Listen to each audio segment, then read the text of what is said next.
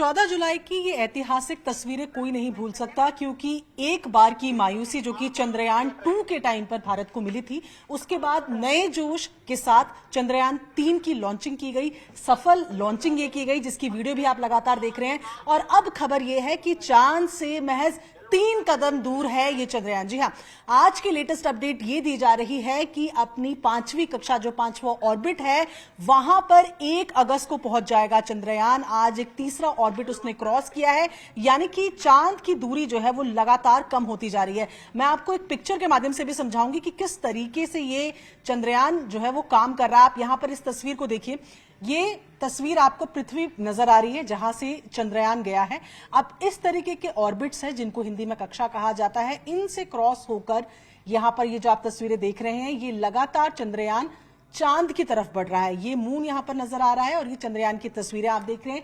इस 5वें ऑर्बिट से बताया जा रहा है कि 1 अगस्त को चंद्रयान यहां इसको क्रॉस करेगा और लूनर ट्रांसफर ट्राजेक्टरी जो है उसमें ये एंटर करेगा, यानी कि यहां से ये चांद की तरफ बढ़ने लगेगा, पृथ्वी की जो ऑर्बिट है उसको छोड़ते हुए। तो ये तस्वीर से आप पूरी तरीके से समझ सकते हैं कि किस तरीके से चंद्रयान यहां बढ़ेगा और उसके बाद जो चांद के चारों तरफ वो चक्कर लगाते हुए अंदर की तरफ बढ़ेगा। अब यहां पर आप जो ये पिक्चर देख रहे हैं, यहां पर बताया जा रहा है कि 1 अगस्त को जब यहां से लास्ट ऑर्बिट से क्रॉस होगा, उसके बाद चांद पर पहुंचेगा।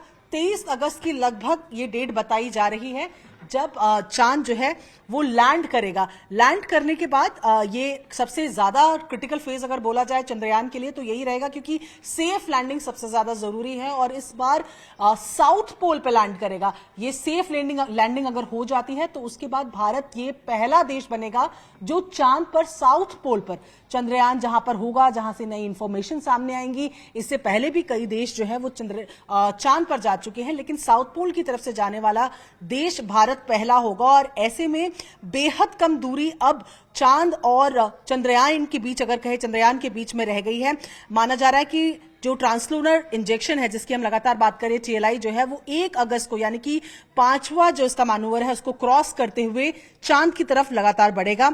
अगर इस पूरे मिशन की बात की जाए तो इसमें जो मिशन है इसमें ना केवल जो चंद्रमा है उसकी ऑर्बिट तक पहुंचना है, उस पर लैंडर का जो इस्तेमाल करके, जो लैंडर चंद्रयान के साथ है उसका इस्तेमाल करके सॉफ्ट लैंडिंग करनी है। और सॉफ्ट लैंडिंग के बाद उस पर रोवर जाएगा, रोवर जो घूमेगा और तमाम तरीके की इंफॉर्मेशंस लोगों तक पृथ्वी पर पहुंचाएगा कि क्या कुछ खास है चंद्रमा में, जिसकी कोशिश अगर आपको याद होगा कि पिछली बार जो चंद्रयान 2 की कोशिश की गई थी तब भी यही उम्मीदें लगाई जा रही थी। फिलहाल जो अपडेट है वो ये कि यहां तीसरे ऑर्बिट से होते हुए 1 अगस्त को माना जा रहा है कि ये 5वां ऑर्बिट छोड़ते हुए ये LTT पे क्रॉस करेगा, लूनर में एंटर करेगा और उसके बाद लगातार जो यहां पर आपको ऑर्बिट्स दिख रहे हैं उसकी तरफ बढ़ेगा, यानी कि बेहद कम दूरी अब रह गई है। इसके अलावा अगर बात की जाए तो ये लैंडिंग इसलिए भी खास होगी क्योंकि चंद्रमा का ये वाला हिस्सा अभी तक सामने नहीं आया है। अभी तक रशिया, अमेरिका और चाइना जो है वो चांद पे जरूर पहुंच चुके हैं, लेकिन वो दूसरे हिस्सों में गए थे।